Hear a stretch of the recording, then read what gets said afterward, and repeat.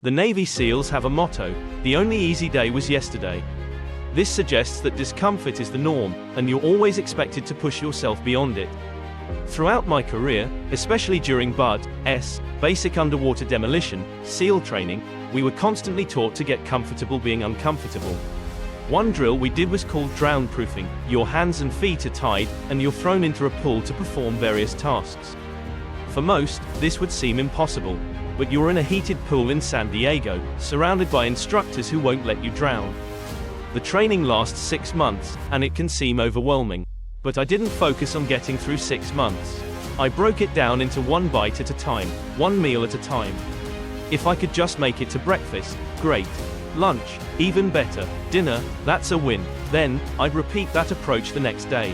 I used this mindset for every challenge in my career, prioritizing what's most important and breaking it into manageable pieces.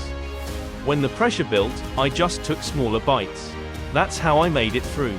I've faced many miserable situations, from grueling physical challenges to intense firefights.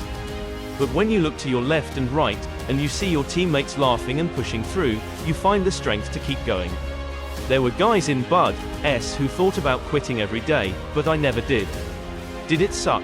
Absolutely, but I always thought, if the instructors could do it, so could I. Most people who don't make it through simply quit. They choose not to be there, not because they physically couldn't make it.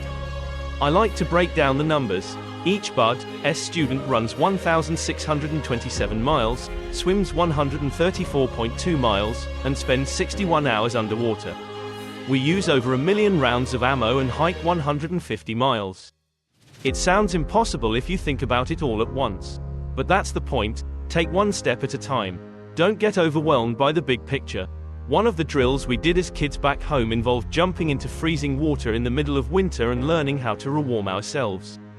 It was brutal but taught us how to survive.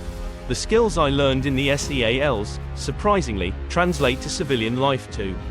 I apply the same mindset today: teamwork, prioritization, and breaking things down into manageable tasks. Teamwork is everything. Nothing I achieved in the SEALs was done alone.